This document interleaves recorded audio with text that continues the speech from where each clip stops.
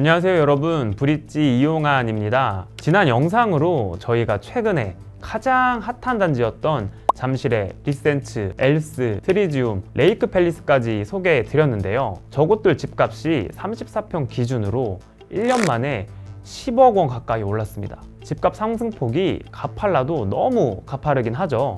그래서 서울시와 정부가 결국 칼을 빼들었습니다. 토지거래허가 구역, 즉 토어제를 다시 지정하고 대상 지역도 확대했는데요. 서울시와 정부의 이 판단이 옳은 결정일지 알아보겠습니다. 한국부동산원에 따르면 바로 지난주를 기준으로 송파구의 아파트 가격 상승률이 0.79%였습니다.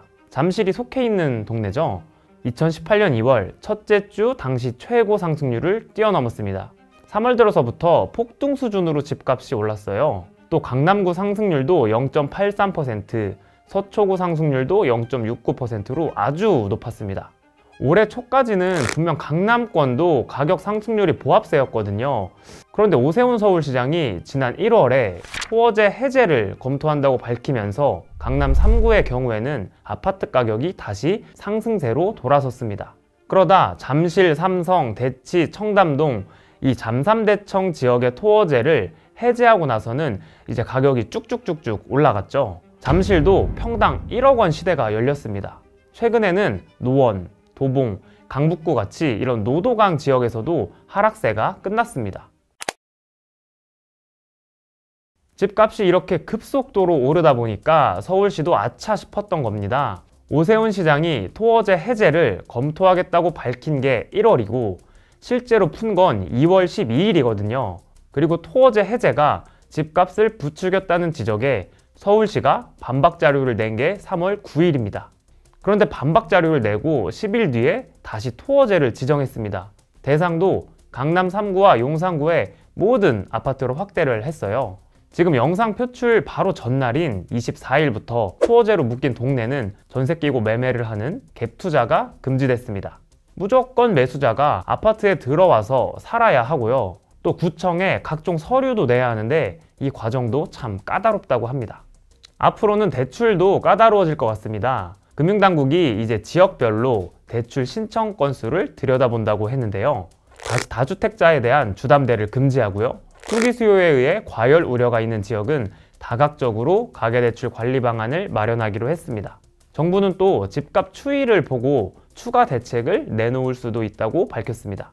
그런데 시장에서는 바로 대혼란 사태가 일어났습니다. 새로 토어제를 지정하기 전부터 강남 3구에서 전세 끼고 아파트를 팔려고 했던 사람들이 있었는데요. 갑자기 규제가 들어오니까 투자 수요가 줄어서 발을 동동 굴렀다고 합니다. 24일 토어제가 시작되기 전에 집을 팔아버리고 싶었기 때문이죠. 이 때문에 잠실 엘스에서도 국민평형 기준 호가를 32억 원에서 30억 원으로 낮춘 사례도 있습니다. 강남 3구와 용산구 안에 있지만 아파트 가격이 가파르게 오르지 않은 곳들에서도 불만이 나오고 있습니다. 송파구도 사실 잠실 쪽이 뜨거웠지 위례와 하남 경계에 있는 아파트까지 불장은 아니었거든요. 이제 이곳에 아파트를 갖고 계신 분들은 이번 토어제 지정으로 길 건너 아파트는 전세 끼고 아파트를 팔 수 있는데 자신들은 그렇게 하지도 못해가지고 재산권 침해라고도 주장합니다. 그렇다면 이번 토어제 지정에 대해서 부동산 업계와 전문가들은 어떤 반응일까요? 우선 당장 거래량은 떨어질 수 있겠지만 가격 상승은 막지 못한다는 의견이 있습니다. 고준석 연세대학교 상남경영원 주임교수는 거래량이 감소한다는 효과는 확실히 있지만 신고가는 막을 수 없다고 했습니다. 지난 5년간 토어제를 이미 해봤는데 토어제 지역에서 오히려 신고가가 더 많이 나오는 걸 이미 확인했다는 이유에서입니다. 그러면서 오히려 실소유자들에 대해서는 정부가 토어제 지역에 들어가 살라고 좌표를 찍어준 셈이라고 지적하기도 했습니다. 앞으로도 집값이 계속 비싸질 동네라는 것을 정부가 인증했다는 거죠. 아무래도 지난 주말까지는 당장 갭 투자가 막히니까 일시적으로 호가는 내릴 수 있지만 결국 똘똘한 한채 현상 심화로 다시 가격이 오를 것이란 겁니다. 토어제로 묶이지 않은 여의도, 마포, 광진, 동작 이런 곳들로 갭 투자 수요가 몰리는 풍선 효과가 발생할 우려가 있다는 분석도 많았습니다. 다만 정부는 정책을 발표하면서 집값 추이들을 한번 보고 규제 지역을 더 늘릴 수 있다고도 언급했습니다.